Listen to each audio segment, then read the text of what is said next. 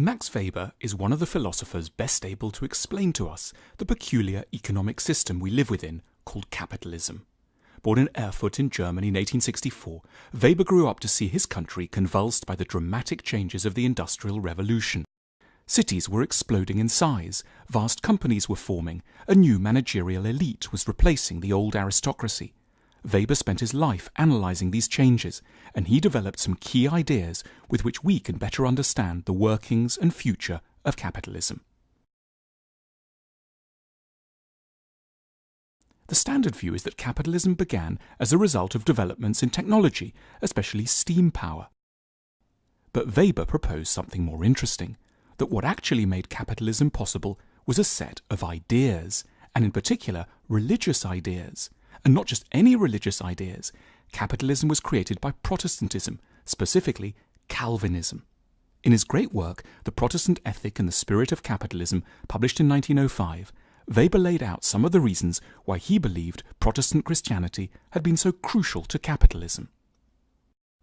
In Weber's analysis, Catholics have it relatively easy. They're able to confess their transgressions at regular intervals and can be cleansed by priests. But no such purifications are available to Protestants, who believe that only God is able to forgive anyone, and he won't make his intentions known until the day of judgment.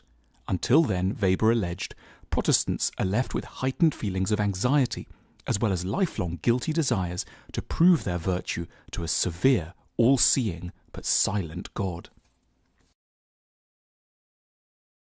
In Weber's eyes, Protestant feelings of guilt were diverted into an obsession with hard work. This was what he called the Protestant work ethic. The sins of Adam could only be expunged through constant toil. Not coincidentally, there were far fewer festivals and days of rest in Protestantism. God didn't like time off.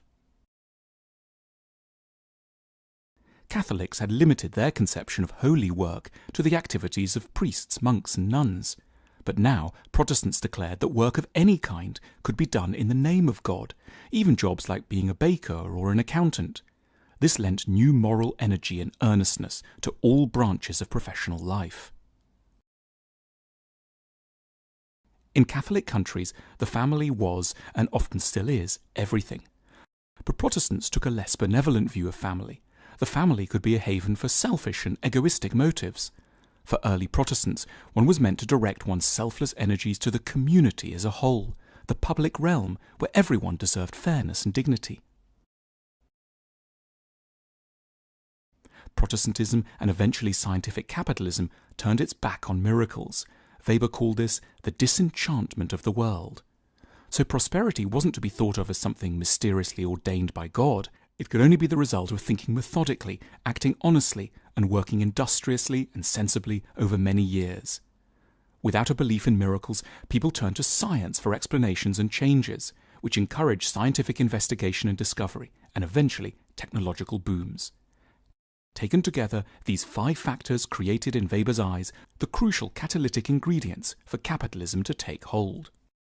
Marx had argued that religion was the opium of the masses, a drug that induced passive acceptance of the horrors of capitalism.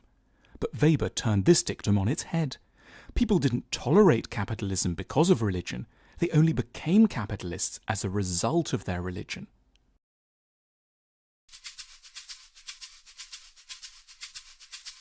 There are about 35 countries where capitalism is now well developed. It probably works best in Germany, where Weber first observed it. But in the remaining 161 nations, it arguably isn't working very well at all.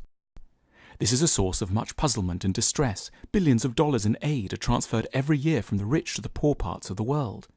But a Weberian analysis tells us that these materialist interventions will never work, because the problem isn't really a material one to begin with. Instead, certain countries for Weber fail to succeed at capitalism because they don't feel anxious and guilty enough. They trust too much in miracles. They like to celebrate now rather than invest in tomorrow, and their members feel it's acceptable to steal from the community in order to enrich their families, favouring the clan over the nation. Today, Weber would counsel those who wish to spread capitalism to concentrate on our equivalent of religion, culture. It's a nation's attitudes, hopes, and a sense of what life is about that produces an economy that either flourishes or flounders. To reduce poverty, Weber would say, one has to start at the level of ideas.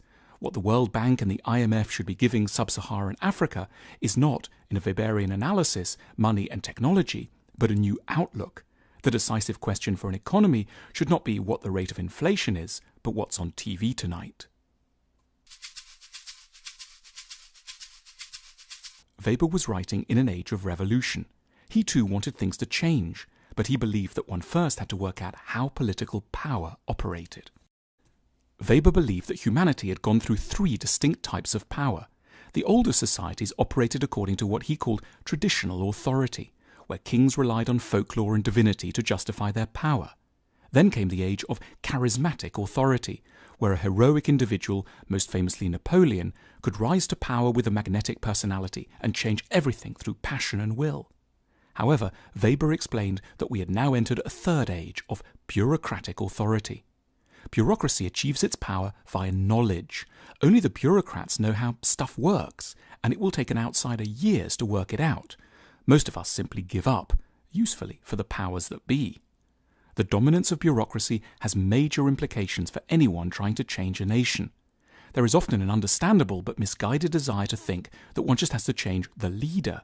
But in fact, removing a leader almost never has the degree of impact that is hoped for.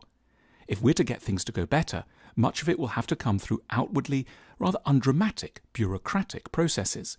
It will come through the marshalling of statistical evidence, patient briefings to ministers, testimonies to committee hearings, and a minute study of budgets. Weber tells us how power works now and reminds us that ideas may be far more important than tools or money in changing nations. It's a hugely significant thesis. With Weber's guidance, we learn that so much which we associate with vast, impersonal, external forces is in fact dependent upon something utterly intimate and perhaps more malleable, the thoughts in our own heads.